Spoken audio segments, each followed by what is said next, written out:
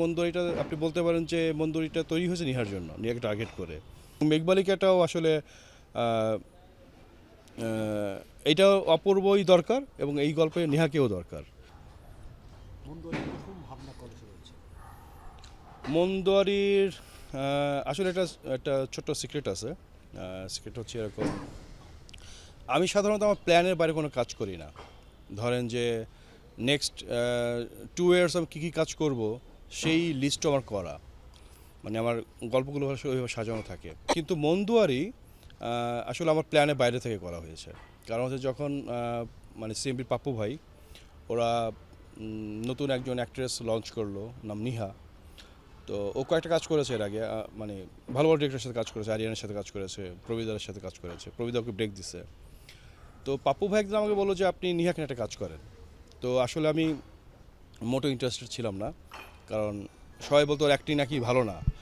তো আমিও দেখলাম একদিন, দেখলাম অ্যাক্টিং আসলেই ভালো না।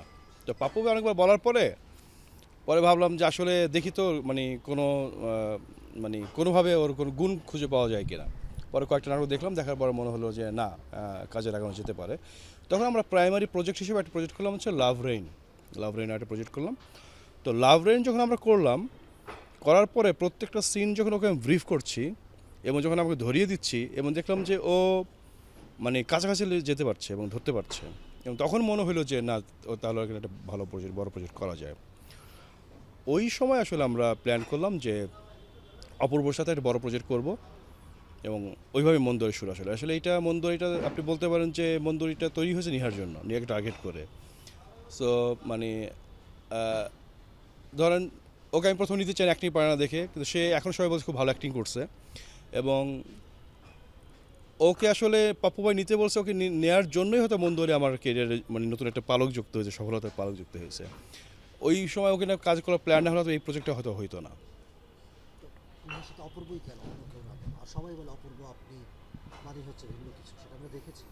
অপূর্বর আমি ভিন্ন কিছু বলতে কীরকম, মানে অপূর্ব আসলে মানে মানে কাজটা কীরকম, কাজটা হচ্ছে যে একটা মানে ফ্রেন্ডশিপের মতো, মানে যার সাথে যার ফ্রেন্ডশিপ ভালো তাদের কাজ কিন্তু সবসময় ভালো হয়। তো এটা শুধু আমি অপূর্বর সাথে আমার অপূর্বর সাথে অনেক অনেক বড় বড় ডিরেক্টরের ভালো ভালো কাজ, অনেক কাজ আছে, তাদের সাথে ফ্রেন্ডশিপটা ভালো ছিল।